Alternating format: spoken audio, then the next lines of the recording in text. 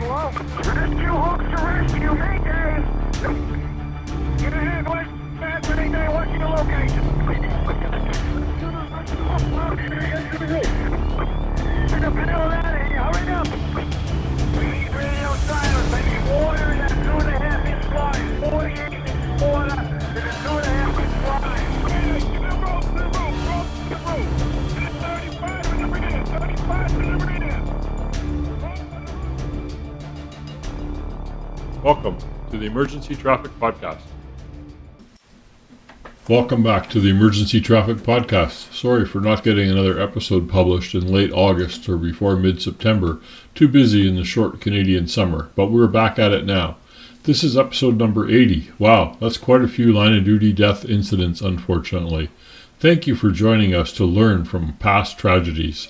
This next episode takes us to New York City for the 2013 line-of-duty death of Battalion Chief Fahy when a gas leak caused a grow-up house to explode 70 minutes after the initial call. Please join Denis, Doug, and I, where after a few current events and another FDNY tip, we will discuss the internal departmental report.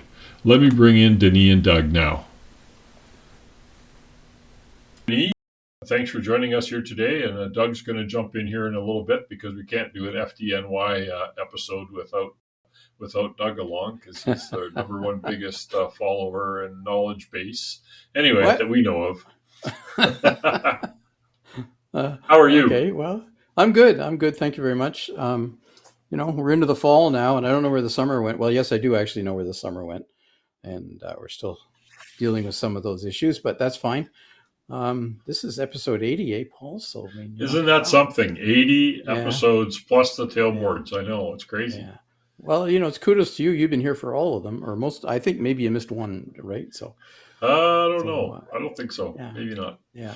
Anyway, yeah. So I haven't been here that long, but we were just talking about an incident similar to this one, and I said, "Oh, yeah, it was a couple months ago we did that," and you told me, "No, that would be a year ago in August." So that's right. I was going, that's right. Oh. I know, they add up. It's crazy. Yeah. Just for you guys out there who are younger than us, time goes faster. Yeah, no kidding.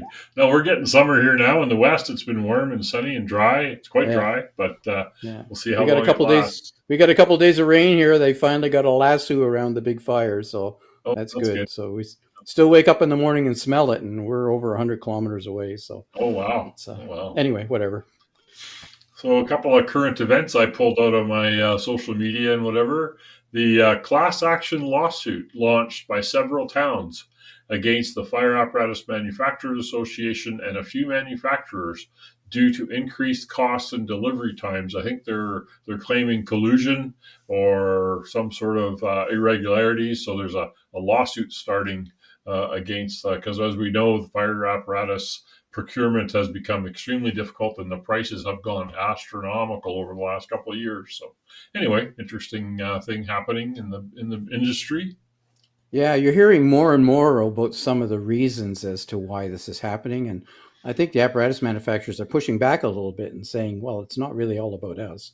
Yeah. It's about a lot of fire departments getting the I-wants as well as supply chain issues, right? From COVID, right? So, I think there's a lot of factors. And I think boiling down the industry to fewer players, especially for the purpose of, improving profitability, that's got to be a factor also, right? So, yeah, that's capitalism, right? That's the society we live in. That's how our system works. So we're seeing a few little manufacturers start up. Like there's this heli fire trucks in Ontario someplace or Quebec, and there's another couple. Yeah. So we're starting to see a few little ones. We see Boise Mobile Equipment came back and Pierce bought them. So we'll see what happens. Yeah. We have Hub got bought by one of the fire truck dealers here in Western Canada. That was interesting. Right. Right. Oh yes. Okay. Yeah. SafeTech bought Hub, and now there's a wave ship across Canada, anyways. About kind of echoing what's going on in the U.S. by Canadian, right? So I think you're gonna see a comeback. I think on more production capability in the Canadian builders, right? So hope so. Yeah. But ultimately, the chassis are world chassis, right? So Yeah, I yeah, mean, that's right. a lot of them are built in the U.S., but the parts come from all over, right? Engines from Europe or wherever. So, Exactly. it's difficult to get one that was built in your backyard completely. Yeah, It may yeah. feel good Like when say you put the the term sticker you on it, but use, it's, the yeah, world chassis, is like everything else, cars or yeah, motorcycles or yeah, whatever, washing machines. Yeah. yeah. There was a incident in your home province there. A Nova Scotia fire chief arrested for driving while under the influence with open liquor in his vehicle while he was traveling in a personal vehicle in New Brunswick. This same person was implicated in a driving under the influence response last year that struck a victim at an accident scene while CPR was underway. And the victim, of course, passed away because, first of all, he was in cardiac arrest and then he got driven over by this possibly impaired fire chief. And he was also charged a few years prior for a similar situation in another province. So this is an incredible story. Yeah, it was. He's no longer a fire chief, and it was in the volunteer service in Nova Scotia, which shall remain nameless at this point. But yeah, he is. This is the problem with small organizations like small volunteer fire departments, where there's a lot of family involved, or a lot of friends involved, community members involved, and people tend to look the other way when behavior that shouldn't be countenanced, in other words, shouldn't be allowed to continue, happens. And if you're not self-policing, what happens is these events eventually get out into the wider world. And when they get into the wider world, not only do they cause harm to other people, they cause harm to the person involved, and they cause a massive backlash against the fire department. And in this particular case, the community tried to take over the fire department and to try to correct the problems that the fire department was not willing to correct at the time. But eventually municipal council, after some good advice from a consultant, stepped in and brought in bylaws required to help provide better guidance on staffing and HR issues. So, but still a sad situation all the way around for everybody involved. So, Yeah, I had a similar situation where, as a regional deputy fire chief, one of our stations, they were allowed to have liquor in the station once a year if they wanted to have like a Christmas banquet or something like that. It was highly controlled, and we found that the liquor had remained in the hall after the event, and there was an accusation of some people drinking and going to a call. So I went over to the station promptly with my chief, and we poured all the booze down the drain. And we actually got reprimanded for pouring their booze down the drain instead of letting them take it home. So I disagreed with that. I think we did the right thing and made it a good example. But anyway, there's just no place for driving fire trucks impaired, whether it be booze or drugs or emotions or whatever. We can't handle that. We have to control it. I had a counselor one time take me to task over our policy of no coming to calls while impaired, any amount of liquor. And he Yeah, says, well, you can't tell your volunteer firefighters not to drink. You can't tell members of the public they can't drink. I mean, that's ridiculous. And I had to correct him. I says, well, I'm not telling them not to drink. He says they can drink all they want. Friday night, Saturday night, they want to get totally bottled. That's entirely up to them. But when you make the decision you're going to have that first drink, turn your pager off. I don't want to see yeah, you. So exactly. don't come to the fire call. Don't. Yeah, And I had a few guys who didn't hear that message, but they heard it eventually because they were on the street. yeah, yeah, exactly. I don't know if this is current events. Maybe we covered this already. I'm not sure, but Nova Scotia has closed down the Waverley Fire School, unfortunately, due to all the problems they've been having over the last few years and stuff. You're probably not going to Yeah, comment on that one. there was a consultant, or I guess it was a consultant, but it's one of the ones that government likes to keep close to their chests. And they did a review and found some things that they didn't like about how the school was being run. Which I will tell you, the school was being run by the fire service. It was founded by the fire service, run by the fire service, because government at the time was not taking any leadership role in standards for firefighters. I'm talking back in the 60s. Hmm. So that's continued on since that. And there's a board of directors who's mostly firefighters and so forth.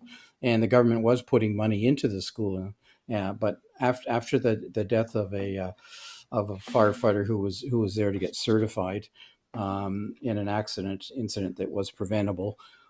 After that, and the furor that came out over that, the government was taken to task as to why are you funding a school that doesn't meet standards. That was the line. And so the government finally decided that they needed to examine that, and they decided to withdraw their funding. So that's what's happened. I think through the Ministry of Labor, or the Department of Labor and Safety, they've decided that they didn't like the way that the school was being operated. So I don't know that they actually had the rights to close the school, and I don't sure just exactly what the situation is right now as to whether it's open or closed, but I don't believe that it's actually operating at the moment. But Shame, because I've yet to hear the other shoe drop. Like, well, who's training firefighters besides yeah, I the mean that's departments? the critical part is the whole reason we're here at this podcast is firefighters, fire officers, commanders, leaders. We all need to be trained. We have to have Yeah, the training to do this extremely complex job. yeah. So yeah, what's going to happen? And this activity, this issue with the school is a much broader issue of the fire service in general. It's not very well regulated. It's kind of a free for all. I've been Yeah, quoted previously as calling it somewhat of a Wild West, and it yep, is. it is. And so there really needs to be a lot more expectations about how things are done, and more support municipally and provincially on how the fire service is operated. And the legislation to support that is not there yet. There Right. is a study ongoing in Nova Scotia right now. There was a Western consultant from Alberta that was hired to study the Nova Scotia Fire Service. We'll see how that goes. And there's been a number of studies over the years. They're gathering dust on shelves. Hopefully, this one here will go further than that, because there really needs to be a general across the board reform. The government here in Alberta is talking to municipalities and stuff as well about maybe some legislation towards fire service. So we'll see what happens. Anyway, Yeah. also, new electric vehicle firefighting guidelines released by the National Highway Traffic Safety Administration. They're working with ULFSRI, that's the Fire Service Research Institute, to develop, and the course is out. I think you passed a thing recently on some of your socials about new training you can take online for how to deal with electric vehicle fires, because obviously they are happening everywhere, and it's not just your regular car or pickup truck fire when you do come Yeah. across one, especially if it's in It's a confined area. If it's outside the middle of the highway, I mean, it's sort of a let it burn thing. Put lots of water on it. Let's watch it run down the drain. But if you're in a confined area, it's definitely some special yeah. techniques to worry about. Yeah. So it's a good thing they're doing that. The sad part about it is we've been having electric vehicle fires for how many years now, Paul? And Yeah, 5, and 7, yeah, at least, and yeah, and maybe and, 10. and suddenly there's guidelines on how to deal with them. Oh, We don't seem to be as progressive in those areas, or addressing them earlier than Yeah, later. just got home. So We were out doing some chasing the skating. They dog. got hockey the and cart's skating in this front of the week, horse so in we this had one for some free sure. ice time in the Yeah. city. That Okay, we and here's took Doug. advantage of, Welcome, and then of Doug. course Thanks for we wanted to joining go us. for You got lunch with the Nana kids afterwards, so napping or we actually whatever, and left you and can join us for raced a little home, chat, right? threw them in their beds, and now I'm here. I will do the FDNY tip that we've been doing since you pointed us to this great resource. So we've been doing one per episode. So we'll keep doing them. And in order to mesh with the episode we're going to talk about, which is from New York City, which was a gas explosion, we're actually doing a tip about natural gas resources. This tip, actually number 58, talks about Syracuse, New York. An explosion occurred in an occupied private dwelling in 2024, causing it to collapse. 11 people, including children, were hospitalized with critical injuries. It's suspected that the cause of the explosion was due to a natural gas leak. This tip serves as a reminder that we must remain vigilant while investigating natural gas emergencies. And they're so easy to let your guard down. Oh, yeah, another gas leak call. Sure enough, and you kind of go there and you wait for the gas company to come and you don't do much. So we need to be careful with these, because here's some pointers they give us. The apparatus should not be positioned in front of the reported leak location. In addition, units should avoid positioning over manholes and sewers. The purpose of positioning the apparatus in this manner is to protect the members while keeping curb service and maintaining main valves clear in the event of a significant leak. Additional units should stage at street corners and only enter the block when appropriate. If a strong odor is present on approach, stop and meter the area. If the meter displays 10% of the LEL, this may indicate a potentially serious leak and may require treating the incident as a major gas emergency. Full PPE is required while investigating natural gas leaks. If an explosion occurs while you are in the vicinity of the building, your PPE may prevent serious burns and trauma from falling debris. Use extreme caution when investigating responses to natural gas calls, natural gas suppliers, companies. Here it says Con Ed, but of course every area has different companies. Natural gas detectors. Experience has shown that detectors are usually accurate. The ones from the gas company. You may be operating in an explosive atmosphere during these responses. We must never forget the episode we're actually going to talk about today, September 27th, 2016. Battalion Chief Michael Fahy died during a natural gas explosion in the Bronx. And we're going to talk about that episode here. So, yeah, be careful. Don't let your guard down when you're responding to natural gas incidents. And Denis, you brought up one that we did, in August, a couple of years, or last year.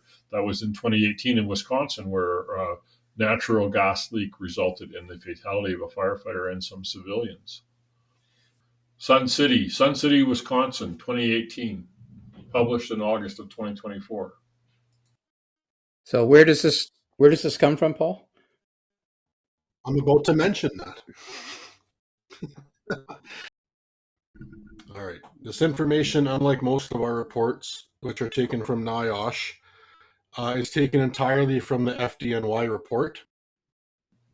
The New York City Fire Department, FDNY, is the largest city-run fire emergency medical services department in the U.S., employing over 17,000 people, including approximately 10,900 firefighters and over 4,600 EMS personnel. It operates 217 firehouses, 49 EMS stations across the city. The department responds to more than 300,000 fires and non-fire related emergencies and more than 1.6 million medical emergencies per year. That's a lot. The building I know it's mind-boggling, isn't it? Yeah. The building in this case was a 2-story Class 3 non-fireproof private dwelling, like a house, with a flat roof and a basement. The building dimensions were 20 feet wide by 40 feet deep. It was located on the southwest corner of West 234th Street and Tibbet Avenue, and it was attached on the Exposure 4, or the Delta side, to another similar house. It was a townhouse. The cause of the natural gas leak was a failure of the high-pressure gas service line inside the basement before the service valve. Responding units reported smelling gas from several blocks away as they approached the incident location. The dwelling had a marijuana grow rooms on the second floor and in the basement. There were at least 4 grow rooms containing numerous marijuana plants, just to complex the issue here of not only a gas leak, but a marijuana grow up. The doors and windows of each grow room were sealed tightly with foam insulation. The Bureau of Fire Investigation determined that the water and electric services were illegal compromised before their respective meters. So I just want to point out that it says that there's an exposure on the number 4 side, which would be the Delta exposure. But actually, this was one of 9 connected buildings, like brownstone walk-ups, 2-story walk-ups with basements accessible from the street. So, but in a row. So, there was a lot of buildings all connected together here. Yeah, this was like the end unit of the row. Yeah, it was a block long, units, all connected buildings. So, yeah. So right. the exposure, like just saying there's one exposure, really the concerns go further than that. So.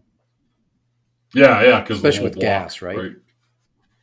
Good point. Yeah, it could be because you never know. It often will penetrate from one exposure to another. So natural gas rises, right? So you can have even a small opening in the attic or in the caulk loft could cause the gas to migrate, especially with a slight wind direction. It can drag it through, right? Yeah. So in this case, the victim of this tragic incident was Battalion Chief Fahy. He was appointed to the New York City Fire Department on May 1999 as a firefighter assigned to Engine Company 35. On January 2001, he participated in the firefighter rotation program and was detailed to Engine Company 224. On January 2001, he participated in the firefighter rotation program and was detailed to Engine Company 224. In December of 2001, he returned to Engine Company 35, and in 2003 August, he transferred to a ladder company 14. He was promoted to the rank of lieutenant in 2004. assigned to Engine Company 83. In 2006, he was promoted to the rank of captain. In 2007, he was assigned to Division 1.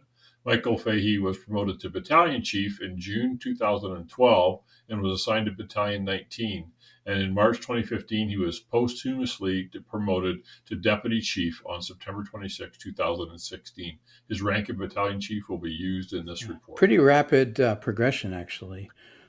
So yeah, obviously a good guy. 17 years to make it to Battalion Chief, that's quick, man. FDNY operations. We're going to talk a little bit about the operations, so there's a bit of a capsule here. So on Tuesday, September the 27th, and this is 2016, this incident, right? So 9 years ago. So at 06:22 hours in the morning, the New York City Fire Department's Bronx Communications Office received a unified call taker, which is essentially a 911 PSAP, call where the public calls in. Anyway, they received an alarm reporting a gas leak at West 234th Street and Irwin Avenue in that area. At 06:22 hours, Engine Company 95, Engine Company 79, Ladder Company 36, Ladder Company 37, and Battalion 19 were assigned to respond. So that looks like a regular structural response. The engine companies assigned on the first alarm were staffed with an officer and 4 firefighters each. The ladder companies were staffed with an officer and 5 firefighters. Engine Company 79 and Ladder Company 37 responded as per their modified response policy. I'm not sure what that specifies. It's probably no lights and sirens, I assume. Doug, do we know that? Yeah, I think the first do engine and ladder respond hot, lights and sirens. The rest of the assignment is cold until they told otherwise. Yeah, that makes sense. We used to do the same thing. We modified it that way. Anyway, at 06:28 hours, the dispatcher contacted the first 2 units and provided them with an additional location, which was West 234th Street and Broadway. I'd make a note here that this is actually 3 blocks east of where the actual location of the incident turned out to be. So, gas calls, you can smell them at a significant different distance. Anyway, Engine Company 95, Ladder Company 36, and Battalion 19 were then redirected to that location. So the first 2 companies were redirected to this new location. The fire building was actually located at 300 West 234th Street, like I said, 3 blocks away. And it was a Class 3 non-fireproof building, private dwelling, as had already been told to you. It had a flat roof and it had a basement, and the basement has a walkout. There's a garage door there. You can come out in the front. Building dimensions approximately 20 by 40, as you were already told, and it was located on a southwest corner. So it was the last end building on the left-hand side of a row of 9 connected buildings in the block. There was no critical information dispatch system information, so no specific notes in the CAD system for that particular building. The exposures were as follows. Exposure 1, which is on the alpha side, was the street itself, 234 West 234th. Exposure 2 was Tibbet Avenue because it was on a corner. So on the Bravo side, there was another street. Exposure 3, or the Charlie side, was the rear yard. And the rear yard would have backed onto other rear yards on the next block. And exposure 4 was a 2-story similar type walk-up building on the exposure 4 side. So that would be the right-hand side. And like I said, there was a number of those buildings in a row. It was 64 degrees Fahrenheit that day. There were variable winds averaging 3.5 miles per hour. And there was a light intermittent rain. So, gas fumes, for instance, would have tended to stay in the area essentially because of those conditions. Okay, we'll talk about some initial operations. 06:32 and 37. Ladder Company 36 officer informed the battalion via the handy-talkie, which FDNY does not go through a repeater and the dispatcher when they're on scene. It's just like simplex unit to unit. They said they just checked 234 on Broadway, nothing going on there, and they're going to head up to Tibbet Avenue. Engine Company 95 arrived at the intersection of West 234th Street and Tibbet Avenue. The officer heard a loud hissing sound and smelled a strong odor of gas emanating from the house on the southwest corner. He instructed the Engine 95 chauffeur to pull the apparatus past the building and locate a hydrant at the end of the block. So can I interrupt? Yeah. Doug, can I just say that this is 11 minutes into the call by the time this is happening. So this diversion to Broadway actually took up a fair amount of time. Battalion 19 arrived on the scene and parked their vehicle on West 234 just east of Tibbet Avenue. At 06:34 hours, the ladder company 36 officer also noted a loud hissing sound and a strong odor of gas coming from the corner building. He believed the sound of the leak was coming from the basement of 300 West 234th Street. He observed a PEC vent coming through the side of the front stoop. He held his alt-air detector directly under the PEC vent and registered 0 reading of natural gas. Can I interject for a second here? Yeah, tell us what a PEC vent is. In older buildings, the gas meters were actually installed in the building. In a more modern more modern building, they're on the exterior of the building. And so what happens is there's a vent or a breather that's on the regulator. You see them, but when the regulator is installed inside the building, you got to route that breather to the outside. So there's a little vent. They call that a PEC vent, and so that's what's sticking out. So if the regulator itself was malfunctioning and it was bypassing, it would be puking out this vent basically. Okay. 06:35 hours, the ladder company 36 officer notified Battalion Chief Fahy, which was the 19th Battalion, via the handy-talkie that the address of the leak was located at 300 West 234th Street, the fire building. Ladder company 36 can firefighter attempted to gain access via the front door. The engine company 95 officer turned on his gas detector. At 06:35, Battalion 19 notified the Bronx dispatcher via the department radio, which would probably be in the battalion car. Can we start out Con Ed gas? We're using 1-on-1. That's one engine, one truck, with the rest resting fast, which is just hanging out waiting for assignment. We have a leak outside of 300 West 234th Street, and that's on the corner of 234th Street and Tibbet Ave. At 06:36, the engine company 95 placed the gas detector directly under the PEC vent, and it also registered 0 reading for natural gas. At 06:37, ladder 36 officer notified Battalion Chief Fahy via the handy-talkie. 36-19, we were knocking on the door. We didn't get an answer. We have a curb valve here that is accessible. The chief replied, just hold up a second, we got Con Ed on the way, which is the gas company. 06:38, Battalion Chief Fahy arrived in front of the fire building and observed a male occupant at the first floor window and instructed him to open the front door. At 06:39, the occupant opened the front door. Ladder company 36 forcible entry and can firefighters entered the building, followed by the officer, which would be the inside team of the ladder company. The ladder company officer advised that by the forcible entry firefighter that he will attempt to gain access to the basement via the interior stairs to shut off the gas service to the building. At the same time, the officer's gas detector alarmed and displayed a series of crosses, like +++, indicating at least 5% natural gas. Members did not enter the basement due to the high concentration of gas. Note here in the report says the series of crosses under the combustible explosive icon indicates the atmosphere is above 100% of the lower explosive limit for the meter that it was calibrated to. This is extremely dangerous atmosphere as it's indicative of a potentially explosive environment that members should not operate in except for life-saving purposes. So basically, this is not a place to be. Yeah, we're now 18 minutes past the call-out time. So 06:40, ladder 36 officer notified the chief. Chief, we're actually above the explosive limit, so we're not going to open anything. The officer, forcible entry, and can firefighters exited the fire building, followed by the building occupant. At 06:41, Battalion Chief Fahy ordered the occupant not to start the vehicle that was in the driveway of the fire building. He ascertained his identity prior to the occupant leaving the scene. A minute later, ladder 36 officer and the outside vent firefighter entered exposure 4, which would be on the right-hand side, the delta side, and instructed the 2 occupants to evacuate the premises.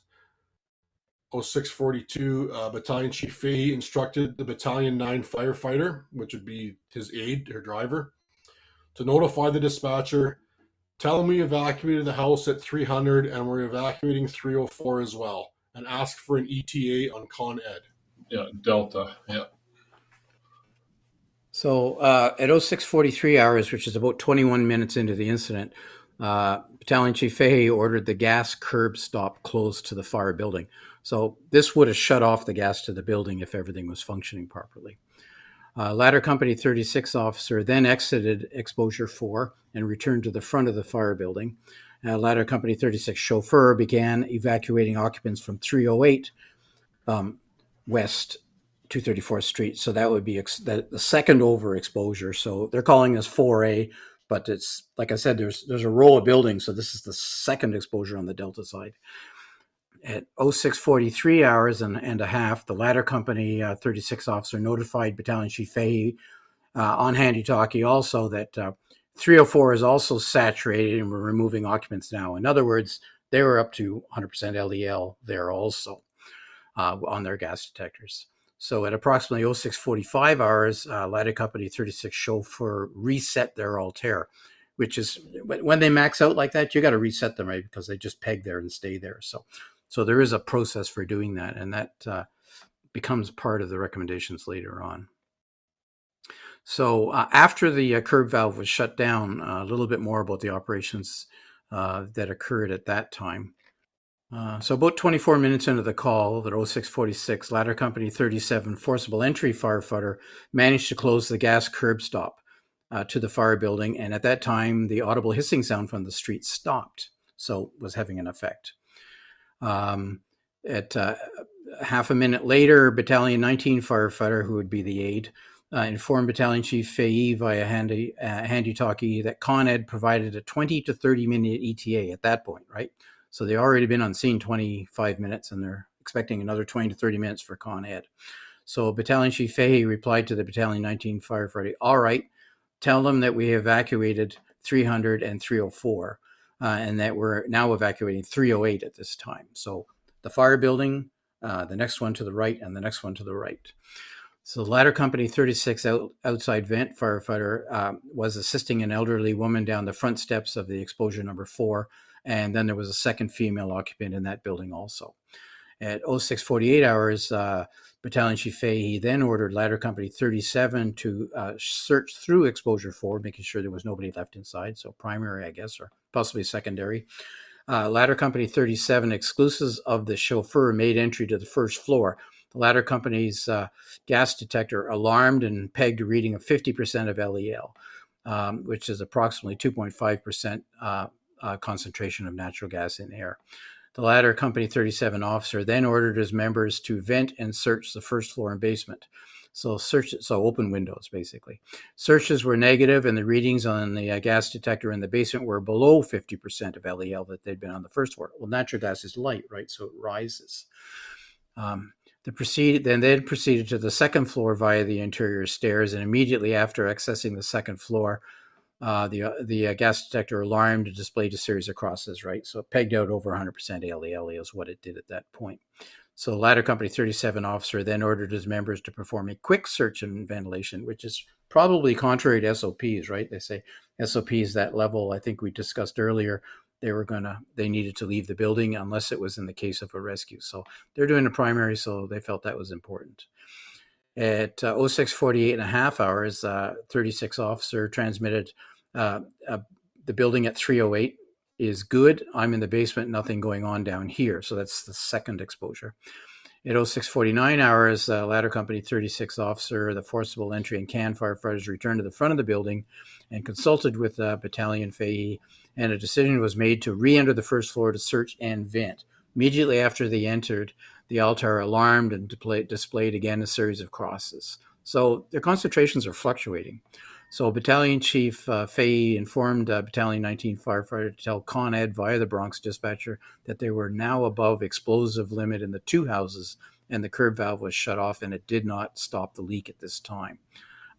So this is the first time that they're actually telling Con Ed that they got high levels. At 06:50 hours, Battalion Fahy stated on the handy-talkie, why don't you guys get a few windows open and come out and let it vent? The statement was not actually acknowledged. And during the investigation, the team believes this was just a general statement to all members operating within both buildings. At 28 minutes into the call, at 0650 hours, Engine Company 95 officer entered the fire building via the front door. The gas detector alarmed and displayed a series of crosses. So this is the fire building itself. And the ladder company and Can 36 firefighter opened up the two front windows on the first floor of the fire building from the interior. And the ladder company roof and outside vent firefighter assist in opening these windows from the building's exterior while standing on the porch. One thing I just want to clarify before we move, like we keep saying the fire building, but just remember there is no fire. It's just the building that generated the alarm and is the cause of what's going on. Yeah, the building that was the first in, basically, not on fire yet. It's full of gas that's slowly dissipating to the right mixture, looking for an ignition source. At 6:51 hours, dispatch reported 15 minutes for Con Ed to arrive. The latter Company 36 forcible entry firefighter went to the second floor in the fire building to search and vent, where he noted unusual conditions. He verbally called to the latter Company 36 officer and the Can firefighter as they proceeded to the second floor.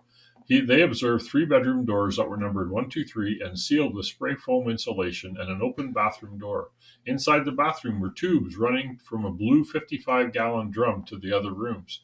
There were multiple extension cords and numerous containers labeled Tiger Bloom and fossil fuel too in the hallway and bathroom. We'll talk about those in a moment. 6:52 hours, the ladder Company 36 transmitted via the handy-talkie to Chief Fahy, possible lab up here. All members exited the fire building. 6:53, Battalion Chief Fahy transmitted via handy-talkie to his firefighter in his rig, his buggy, chief's buggy they would call it. 19 to Alpha, could you also ask for police department to respond? 6:54, the Battalion Chief 19 firefighter transmitted a mixer off message to Bronx dispatcher for possible drug lab at 300 West 234th Street. Like Doug already said, the radios are simplex, so the dispatcher has the ability to listen around the city and hear what these short range communications are, but they're not rebroadcast out of Central, basically. Right. So mixer off means don't rebroadcast this message, just listen. At 6:55, Bronx Comms office transmitted at 10:47 for a New York Police Department response. At 6:56, Battalion Chief Fahy created a safety zone and had boundaries defined with yellow warning tape, repositioned the command post opposite the exposure on the corner within the established safety zone. At 6:56 to 7:06 hours, members stood fast, waiting for ventilation and the arrival of Con Ed. 0707 hours, ladder Company 36 officer, the forcible entry, and Can firefighters entered the fire building through the open front door. The ladder Company 36 gas detector alarmed and registered a reading of at least 10% of the LEL. A minute later, the officer, forcible entry, Can firefighters proceeded to the second floor via the interior stairs. The gas detector alarmed and displayed 3 crosses. The forcible entry firefighter was ordered to continue searching on the second floor. He forced a door to their rear bedroom near the top of the stairs.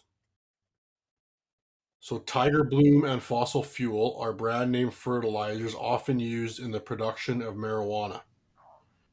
Inside this room were marijuana plants growing in rows from floor to ceiling and tin ductwork with an operating black fan hanging from it. They did not enter the room and close the bedroom door before leaving the second floor. The Fatal Fire Investigation Team believes this door did not close completely due to the foam insulation previously installed around the door. Ladder Company 37, other than the chauffeur, entered exposure 4 via the front door. The gas detector alarm displayed a reading of 29% of the LEL. At 0709, the ladder 36 officer transmitted to the chief, the second floor is still in the explosive range. We're going to come out. Ladder 36 inside team exited the fire building. The officer described to the chief what they observed on the second floor. 0711, ladder 37 outside vent and roof firefighters exited exposure 4 via the front door. The Ladder Company 37 officer, forcible entry, and can firefighters exited via the basement door. The 37 officer verbally reported conditions within Exposure 4 to Battalion Chief Fahy. I think what they mean by verbally is face to face, other than as opposed to over the radio. Ladder Company 36 chauffeur reset their gas detector. 0713 Ladder Company 36 exclusive of the chauffeur entered the front door of the fire building. The gas detector alarmed and recorded a reading of 74% of the LEL. All members exited the front door of the fire building. At 0714, the first Con Ed gas employee arrived on the scene. We're 52 minutes in, Doug, at this point. The NYPD Emergency Service Unit Truck 4 arrived on the scene, which would be their SWAT or tactical team, who also like to pretend they're firemen, so they do a little more than just police work. Ouch. He conferred with the Con Ed Gas and Ladder 36 officer and decided not to shut down the electric service to the fire building. 0719, Ladder 36 officer and roof firefighter entered the front door of the fire building. Yeah. They descended the interior stairs to the basement to establish access for Con Ed Gas. And I put all this in here, even though it's a bit long. It really displays what went on in great detail, because we do this at every gas call. And so this one here, they had lots of gas. So those steps are important to realize what they were doing, even though it takes a little bit to read it. It does play the picture very well. Yeah. Nothing unusual there. I mean, they're just doing things that most of us would do, right? So I'm going to carry on with this list. 0720 hours, Con Ed employee entered 304 West 234th Street, which is the exposure to the right, the first exposure, 304. So that's exposure 4A. And detected no readings in the basement. Again, natural gas rises. The Ladder Company 36 officer noted conditions in the basement, determined that the garage door to the basement needed to be forced for entry and ventilation purposes. At a minute and a half later, Ladder Company 36 officer transmitted to Battalion Fahy via handy talkie. Similar scenario here, down here in the basement. We got another one of those growing areas here, and everything is completely sealed off. The only thing we can work on is that front garage. So Ladder Company 36 entry and can man began to force the garage door of the fire building from the exterior. Of course, they're probably going to use a method that doesn't generate sparks, so manually, I'm guessing. The Ladder Company 36 roof firefighter forced the garage door from the interior, so they're working inside and outside. At 0722 hours, Battalion Fahy asked the Ladder Company 36 officer, can PD come in and just take a look around at what you saw upstairs real quick? So wanting to confirm that there's a crime, actually. So at 0722 hours, the Ladder Company 36 officer responded via handy talker, 10-4, you know what, send them to the basement because the readings are a lot lower down there because it's all getting trapped on the second floor. Send them down to the basement. So another minute later, Ladder Company 36 officer transmitted to Battalion Fahy via handy talkie, Chief, if PD wants to come in from the garage, it's a straight shot. Battalion Fahy acknowledged that message. The garage door to the fire building was removed. Ladder Company 36 forcible entry and can firefighters entered the garage in the basement.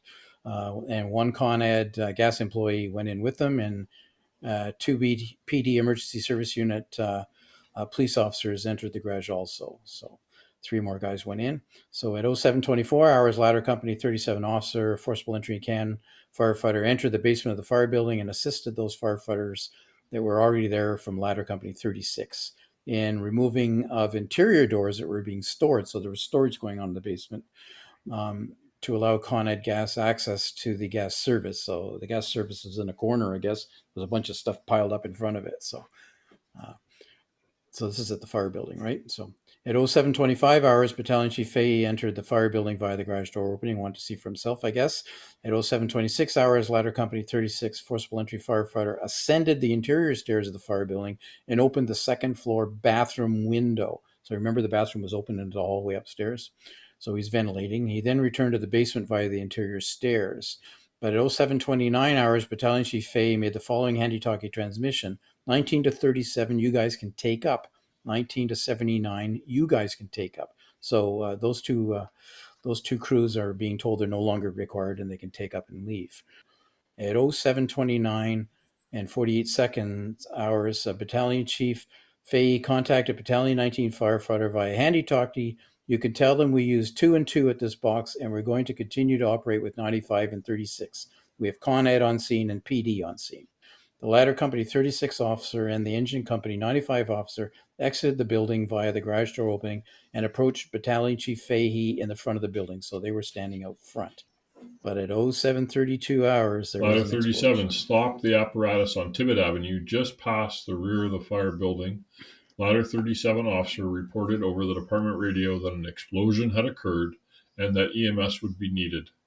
Ladder 37 firefighters exited their apparatus and quickly obtained first aid equipment and proceeded to the front of the building. The 4 Con Edison gas employees were able to exit the fire building and reported to Engine Company 95 officer that they're all accounted for. So, Paul, the timeline on this is interesting, and I think it's important because this happened at 70 minutes into the call, an hour and 10 minutes and a half. So, most people's perception at that point in time would be that the immediate risk. I think it was too rich ain't gonna happen. For anything to happen. And now, while it's thinning out, then we got a spark, and it lit. Yeah, because you're venting. If it was too rich, then it's going to take a while, and the risk time is actually after while it's venting. Ladder Company 36 roof firefighter noticed Battalion Chief Fahy under a large section of roofing material and other building debris. He quickly attended to him as NYPD Emergency Services Unit Truck 4 police officer approached from the opposite side. The Ladder Company 36 firefighter attempted to lift the large section of roof off Battalion Chief Fahy, but he was unable to. The Ladder Company 36 roof and can firefighters, along with NYPD Emergency Services Unit, removed Battalion Chief from under the debris and began a patient assessment. Engine 95 officer proceeded to the apparatus of Ladder Company 36 and transmitted over department radio that an explosion had occurred and requested an immediate response from EMS. At 7:33 hours, the Company 36 roof firefighter, Battalion 19 firefighter, ESU police officer carried Battalion Chief Fahy approximately 50 feet to an area of safety alongside of the apparatus of Ladder 36. Ladder 37, outside vent, forcible entry, and can firefighters arrived and assisted in providing first aid to Battalion Chief Fahy. At 7:34, EMS Unit 19, a BLS unit, was assigned to the incident and responded. Battalion 19 firefighters transmitted a second alarm, giving a building size up and requested forthwith response by EMS to Tibbet Avenue, West 234th Street, via the department radio to the Bronx dispatcher. 7:35, Engine Company 95 officer noted small pockets of fire within the fire building and it ordered his members to stretch a 2.5-inch hose line. The Ladder 37 officer, chauffeur, and roof firefighters entered exposure force, that's the Delta exposure, searched all 3 levels for occupants with no negative results. They quickly exited the building. 7:38, EMS 19 arrives on scene, parked the ambulance south of the corner of 234th Street, 1 block east of Tibbet, and the EMS 19 driver instructed partner with an EMS trainee who was riding for the tour to stay with the ambulance while he proceeded to the scene to see what was going on, I guess. Engine 95 officer ordered Engine 95 chauffeur to charge the hose line and extinguish all pockets of fire. Ladder 36 transmitted a 1060 over the department radio. What's 1060, Doug? Funny you should ask. I just looked it up. 1060 is a major emergency response, which is a collapse of a private dwelling or a derailment of a subway car or something. So it's 5 engine companies, 3 ladder companies, 4 battalion chiefs, a deputy chief, another ladder company to be a fast unit, or what we call a RIC team, a rescue task force, which includes 1 rescue company, 1 collapse rescue, 1 squad with their second piece, 1 HazTac officer, so that's a hazmat trained EMS officer, a rescue paramedic unit, an additional rescue company, the rescue battalion, safety battalion, a tactical support unit, SOC logistics support, SOC compressor unit, a Con Ed vac truck, the hazmat battalion, hazmat company 1, hazmat and technician engine company, a communications unit, a field communications unit, rehab unit, and the public information officer. Wow. That's calling the cavalry. Nice to have resources. So what Doug just read you was the 1060 for a private dwelling or a subway car. There's an even bigger one, Doug, further down the list.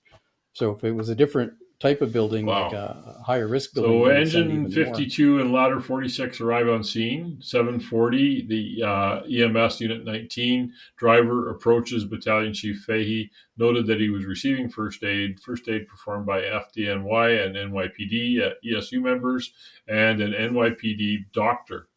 Battalion EMS 19 driver attempted to direct firefighters and NYPD officers to carry Chief Fahy to the ambulance. 7:41, Battalion 19 firefighter transmitted another response to Bronx dispatcher for EMS to respond to either West 234th Street and Tibbet Avenue or West 234th Street and Irwin Avenue.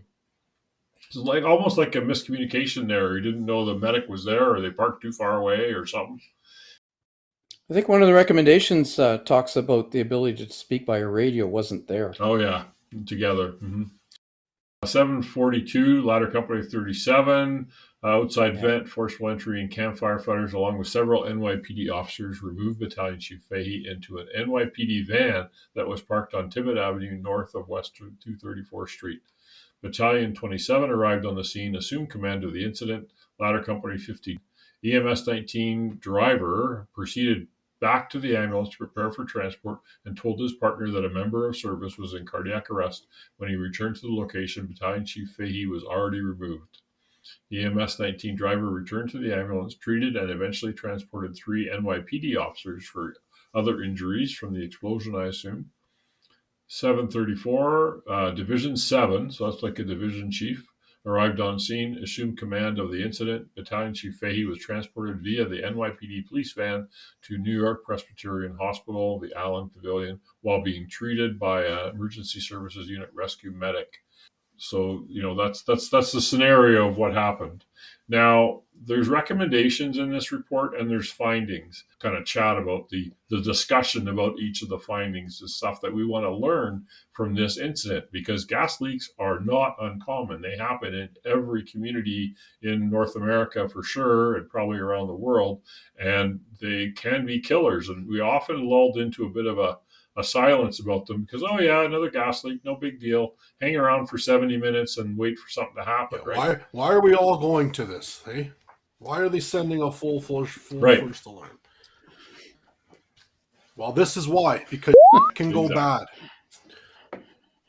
There you go. Now I gotta bleep it. That's not that bad a word. Anyways. No, you don't. You could have said something worse. The first finding is Battalion Chief Fahy was fatally injured by a large section of roof that was propelled into the street as a result of a natural gas explosion at 300 West 234th Street in the Bronx. This 18-foot by 6-foot 6-inch section of roof landed approximately 53 feet from the building and is estimated to have weighed between 1,500 and 2,000 pounds. The natural gas leak was caused by a corroded high-pressure service pipe that separated before the head of the service valve. The 1-inch service pipe entered the basement of the private dwelling under the front stoop. According to Con Ed Gas, the pressure in the service pipe was 58 psi. Fire department members closed the gas curb valve on the sidewalk in front of the fire building 15 minutes after their arrival. Approximately 45 minutes after closing the curb valve, the explosion occurred, resulting in the injuries to Battalion Chief Fahy. So this leak was inside the building, I believe. Or coming in through the pipe hole, one of the two, yeah. In the basement. So they're talking the head of service valve. So there would be a valve that was accessible inside the building that you would shut off. The meter. So it was that piece of pipe coming to the valve. So, but what the point I was going to make was these leaks can occur exterior to the building on these pipes also, and be leaking into the soil, and they can travel, and they can travel back to the sewer system because the pipes are not bedded in the ground; they're bedded in a material that might allow the gas through, like sand or small stones or something. So back when your tip at the beginning says don't park on top of manholes, the reason is the sewer could be full of gas, and you may not actually smell it because the soil can scrub the odorant Yeah. off of natural gas Yeah. or off of methane Dalmeny, for that matter. And so the hazard can be a lot bigger than just the yeah, little spot Dalmeny, you think it's in. Saskatchewan, the fire department that I started on back in '86. Sometime I didn't go to the call, but the call happened while I was there. They had a call where they had a natural gas leak near a building or something like that, close to the building, underground. And the leak underground, it seeped, wherever the soil was the softest, so usually along the pipe, etc.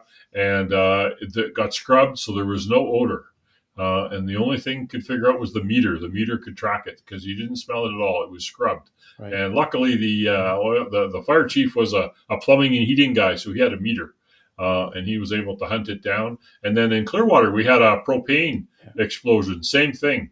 Propane leak near the tank, but it seeped all the way to the house in the underground trench and came out in the house. And the house blew up. There was a contractor inside when it blew up.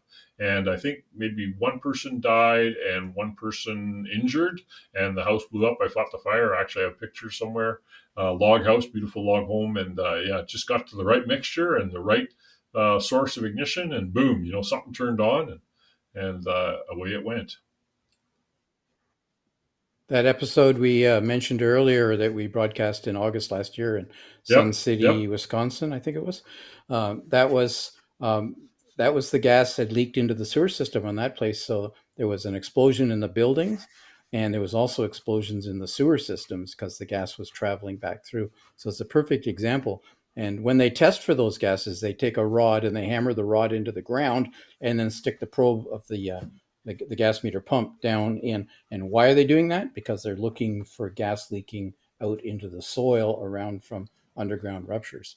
So Con Ed never got to the point of doing that before the explosion occurred. But I'm just saying that, you can hear gas, but that doesn't necessarily mean it's in a building. It might not be. In this case, it looks like it was.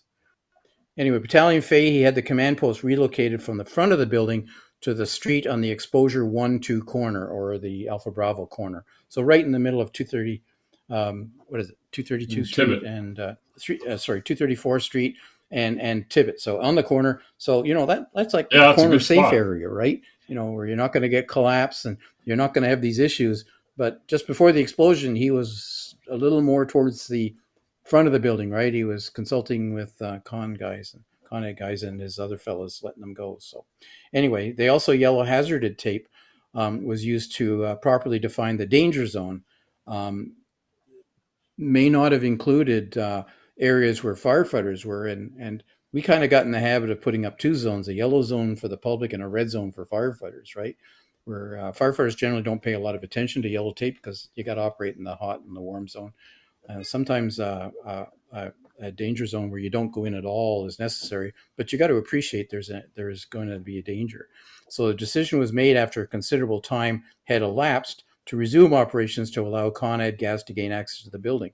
Like I said, this explosion happened an hour and 10 minutes. Yeah, but the gas was so rich, and it would travel up into those second floor rooms that were blocked off.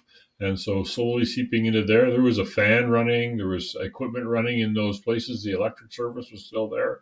Once the right mixture was established, the electrical service took care of the rest.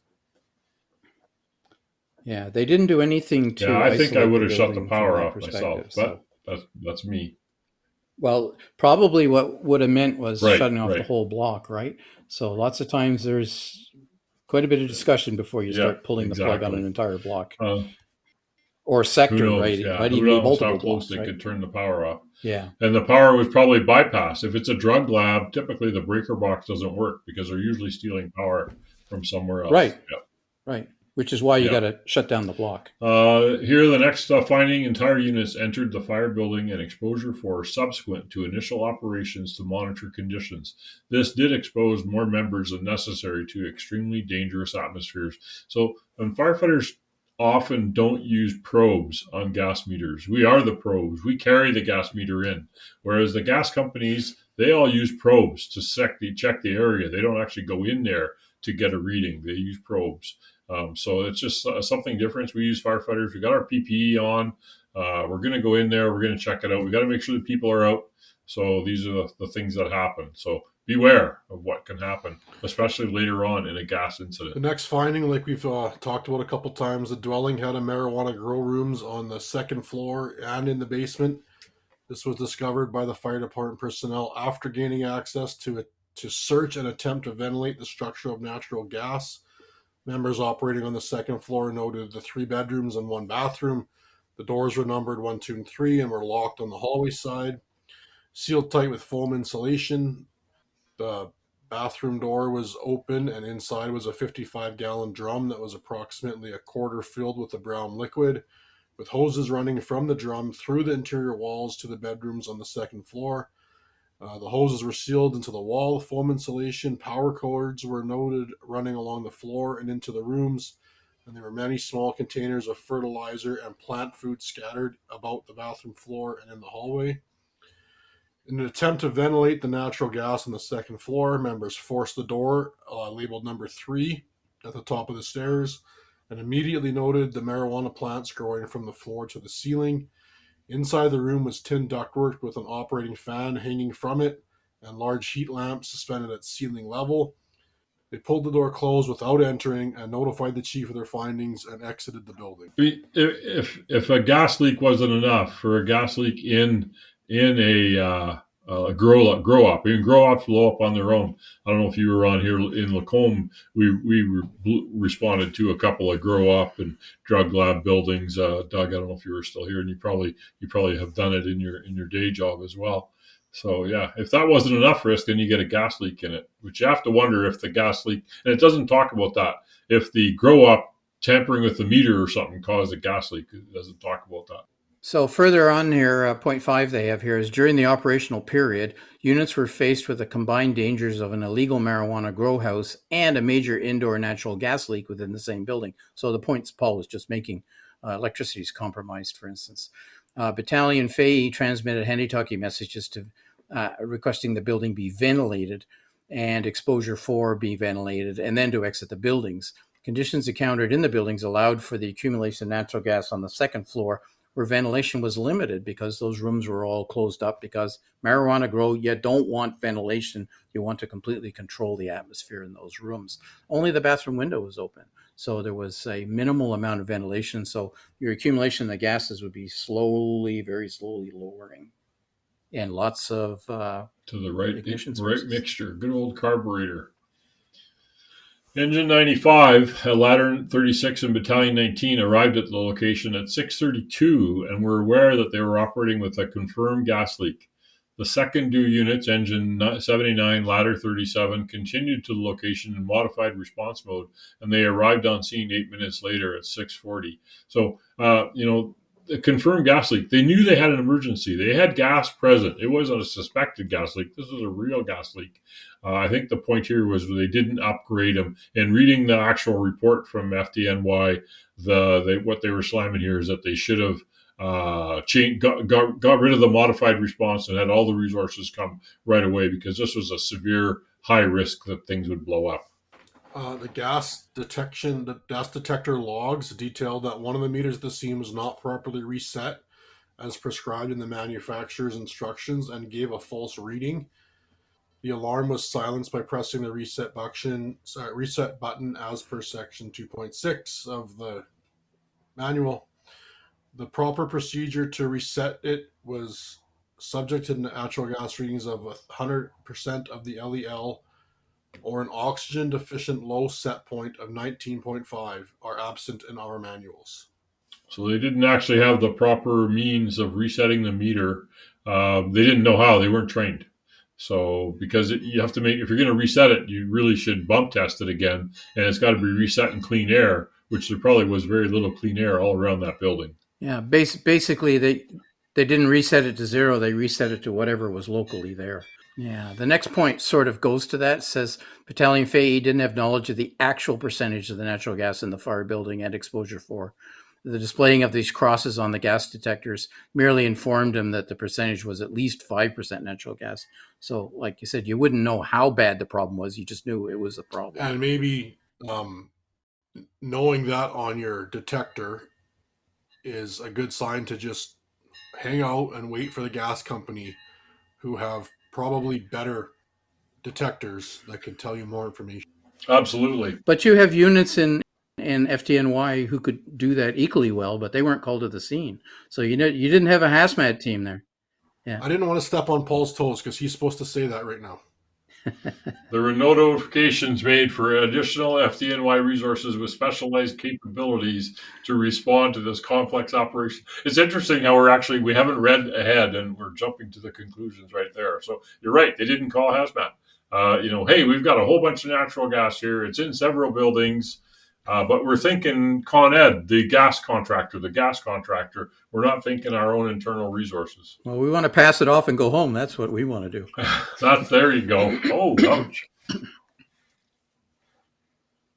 EMS Unit 19, BLS unit, was on the scene for 4 or 5 minutes before Battalion Chief Fahy was transported in the NYPD van.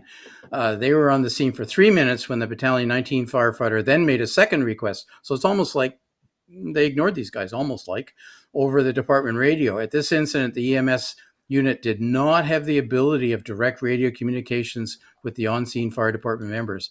So the battalion aide, who was essentially took command, probably was unaware that these guys were there. Yeah, it could be. And I mean, even here in Alberta, most departments, the only way, unless it's a combination fire EMS service, both agencies have to change channels to a common channel to talk to each other, which is a bit of a pain. Yeah. I mean, if he looked around, he didn't see the ambulance. The ambulance was over a block away. Yeah. It was It was an explosion. It was a gas issue. It's a gas leak. We don't get close to that. Yeah, we don't want to be part of the problem.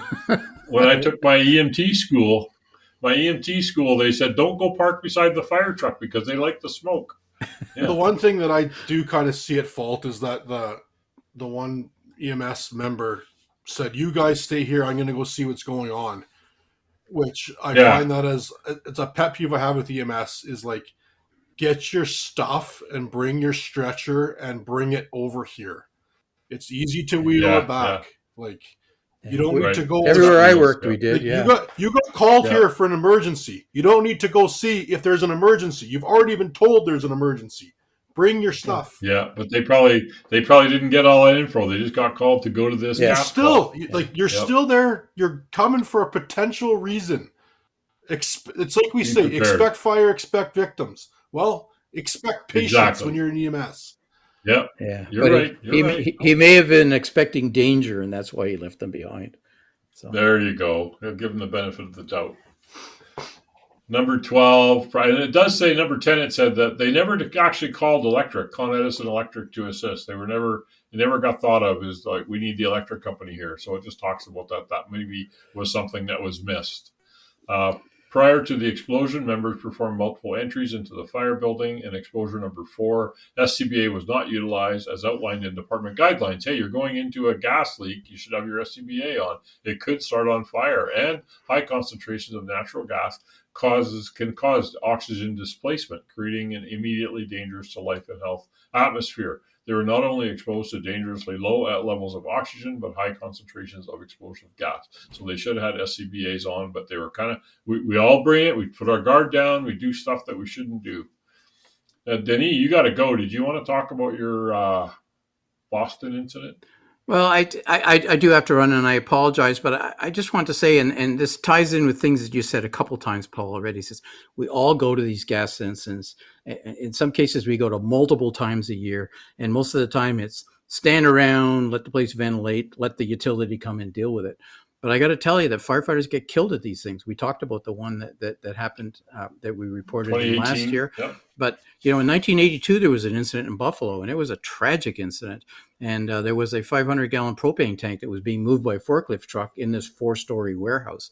And I don't think it was full of propane, but anyway, it fell off the forklift truck, if you can imagine, and rolled over and took the valve off, if you can imagine. And the propane gas, which is not natural gas, is heavier than air, so it ran down the stairs. It found a source of ignition just as the fire department was rolling up. So as the fire department was rolling up, it picked up ladder 5 in the explosion, which was a tiller aerial moved it 35 feet into the front yard of another building and killed all 5 members of the crew that were on board. Also killed 2 civilians as they were sitting in their living room in a home nearby. And then engine 1 was thrown across the street, fully crewed, injured the captain and the driver inside the cab, and pinned them against the burning debris of the building. Engine 32, another engine, was slammed against the warehouse and buried in rubble. 11 firefighters are injured in the blast, 7 of them critically, never went back to work. During the rescue efforts, 19 more firefighters were injured as a result of the adverse weather conditions. Buffalo, right? So over 150 civilians were transported to hospitals for injuries suffered in the explosion. So that was 500 or less gallons. And I can tell you from a personal incident we had where we went to an explosion. It was a Klan lab. They were making they were extracting THC or whatever they were extracting out of marijuana, and they're using naphtha gas in a can, like a 1 gallon can. Well, the fumes went down a heat register and got into the furnace, and the furnace lit and exploded. Very small quantity, particularly of vapors coming out of this, because most of it was being absorbed. We got there, half the building, it was a 2-story house, was in the front yard. The building was all bowed, had been lifted off its foundations and moved and put back down again, and then all the walls were round instead of square. So it doesn't take a lot to make a very devastating explosion. And I remember when I got there, my comment in my head was, thank God this thing's already blown up. Thank you very much. Right. Yeah. At least you know where the gas is. Yeah. Because the pieces of glass that were standing out of the lawn could have been in us. And right. And exactly. wasn't. There was another one, I want to say Kansas City or somewhere in the Midwest, where a whole downtown and it ignited while the firefighters were there early in the morning or something. Yeah. Haven't done that one yet, but we need to do that one. So, just you got to be thinking, man, it's like going to alarms at a building. It's not always nothing. Yeah, 13, just as the explosion caused the helmets to be dislodged from members operating in front of the building, and 2 members suffered head trauma. So I mean, it's a silly little thing when you talk about SCBAs, but even your chin strap on your helmet, how important it is. And I'm bad for that. If I have it on all day, I like to put it over the brim so it's not under my chin, which is probably not a good idea. I don't know how you do it. I'll be honest. I have it loose so that I can reach over my face piece when I put it on, and I cinch it up when I'm going on air. If I'm not going on air, it's not cinched up. It's not tight, yeah. So, that's you see that in the movies and the films in Japan. When anybody's wearing a hard hat, they always have a chin strap on it. Where here in North America, hard hats, we typically do not wear a chin strap with a hard hat. So same kind of thing. But these little things can make a difference for not getting the helmet knocked off your head. Yeah. It says a chief officer operational checklist directly related to major gas emergencies was not available to the incident commander. So I don't know. I don't know why it wouldn't be, or if they didn't have it then, or if it was only for division chiefs and not battalion chiefs, or I don't know. But yeah, maybe good idea to have in your resources in the chief's buggy. So, yeah. Responding units were aware that the fire building, which was a private dwelling, was being supplied, unaware that it had a high-pressure gas service. So this was a rare building because it was in an older part of the city where there was high-pressure gas going directly to the building, which wasn't normal. It's normally it's about 3 pounds in the residential neighborhoods, not 50 pounds. And then 17, Con Edison did not receive transmissions of meter readings outlining the conditions at the scene. So because they were going through the handy-talkie to the firefighter in the buggy to dispatch, and dispatch was phoning Con Ed, they didn't know that they had such a rich amount of gas in the area, which might have got them to be a little more urgent and discretionary with their procedures. I thought there was a point where he told the aide to tell. But yeah, it's a game of telephone, right? No, I think he did. He did tell the aide to tell the dispatcher to phone Con Ed, to tell their dispatcher to tell their crew. So all of that takes time, right? And who knows how much the message gets diluted between the first person and the fifth person and all that kind of stuff. The last one here is there was no procedure in place to allow for direct communications, like we just were mentioning, from the incident commander to Con Ed prior to their arrival. I think that's pretty normal now. I don't think your fire department or my fire department to be able to talk to the gas company. No, not on the radio. like you said, lots of them can't even talk to EMS. They can't talk to the Yeah, you got police. to change Can't channels. talk to Yep. whoever. So, Okay, excellent. Now, okay, we're going to talk about some recommendations from the FDNY report about this event. The first one is amend the fire department procedures to require the identification and designation of an appropriate danger zone at every major gas leak. So members shall not enter the danger zone for other than life-saving purposes or when approved by the incident commander or section chief. And the danger zone should be continually re-evaluated to ensure that changing conditions are considered. yeah, exactly, because they were just all over the place, willy-nilly, Yellow right? tape and red tape, right? Yellow tape keeps public out and red tape keeps firemen out. Yep, I agree. I think another Number one. 2 was reinforce fire department procedures found in hazardous materials emergency response plan for explosive and incendiary incidents. Number 3, I think, is pertinent, and like we said earlier, these are very FDNY specific, so some of them might not mean a lot to the general public, but like I think number 3 here is amend the procedure. So when operating in an IDLH environment, the number of exposed personnel should be kept to a minimum. Makes sense to me. Yeah, absolutely. You don't need the whole company or multiple companies going in and out and in and out, right? Go in, do your search, whatever, and then leave it alone. Develop alternate ventilation tactics to be used when conventional methods are not practical due to safety concerns. This operation prevented normal ventilation tactics from being carried out due to the high levels of natural gas and conditions created by the marijuana grow rooms on the second floor. So, there was an incident about 3 months ago, maybe more, in Seattle, where they had carbon monoxide or gas in a building or something. And so they brought their big truck-mounted ventilation unit and ducted it to the building, so they could force air or draw air out or whichever.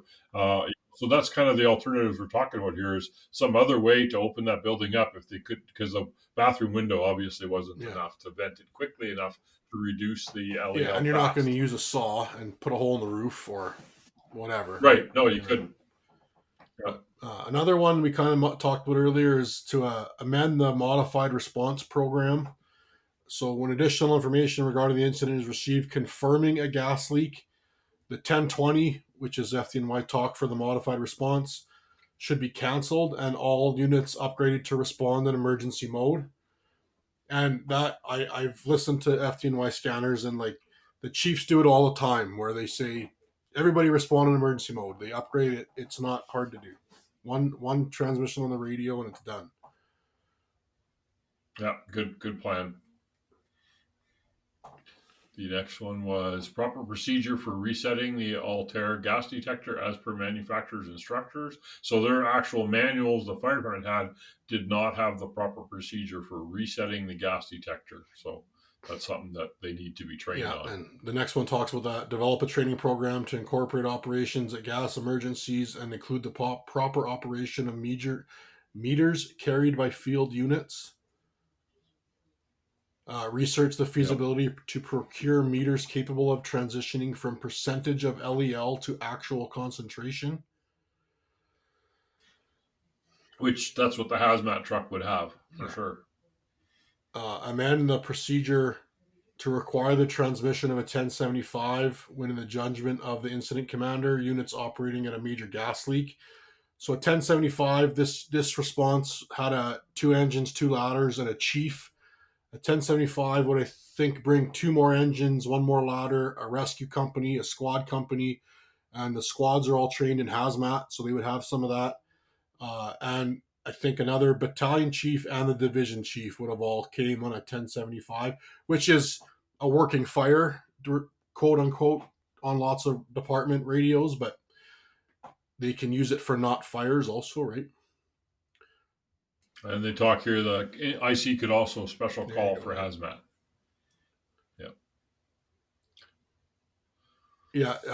Talks 11 or 10 talks about the electric utility to bring them as well, because you've got an interior major gas leak. You need the electrical company there to cut off power to prevent explosion. develop a program to incorporate how basically they want to make it that the EMS and the fire, which it's ironic that they're both FDNY, but they're FDNY fire operations and FDNY EMS operations, and they cannot talk to each other directly. And they don't even have the same dispatcher. They both have their own dispatchers who then need to communicate. So it'd be nice if they could just talk to each other on the radio. And I had implemented a policy like this when we got the new radios in Fort Saskatchewan, because the EMS channels were like 13, 14, 15 or something. And whenever we went to a medical call, I told the guys to tell the medics that we will be on channel 14, and we'd have another radio in the truck monitoring one of the medic channels, so that if they did want to call us because, hey, we can't find the place or we need extra help here or whatever, it opened, it was conducive to having the units talk on scene. I don't know if you get that on your department, whether they say, yeah, you're going to whatever medical and the medics will be on channel 10, or I don't know if you get that or not, but it is possible. I think in FDNY nowadays, at least the EMS like captains or lieutenants in there, which would be like a battalion chief on the fire side kind of equivalents, in their trucks they have the fire radios. So there is a little bit, it's a little bit not all the way through the dispatcher to the other dispatcher and back down, but I still don't know if like the ambulance crew and the fire crew can talk to each other, but maybe only their supervisor or something. Next one talks about just make sure your crews wear your SCBA. That's pretty self-explanatory. Use the helmet chin strap we talked they about. Should have been. Amend the chief officer operational checklist to include a checklist for a major gas leak, which we talked about. They didn't have that, so hopefully now they do. Amend their SIDS program, which is Critical Information Dispatch System, to include buildings with high pressure gas service, abbreviations such as HPG to donate high pressure gas service. So their SIDS are something that's put in their computer that their dispatcher can read out to everybody on the way to the call. So on this call, the dispatcher could have said, as per SIDS, there's high pressure gas to the building. Although they were going to a different building to start with. So that's that true. Might they not had have. The wrong but address. When things got changed, dispatcher could have said, oh, there's SIDS for this one. Here's what they say. Yep. Develop a program with utility companies to attain the location of high-pressure gas services shutoffs for inclusion into the SIDS and the mapping for FDNY. Eliminate the term member of service when describing FDNY. That's just to avoid confusion. That's also FDNY specific, so don't worry about it if you're not FDNY.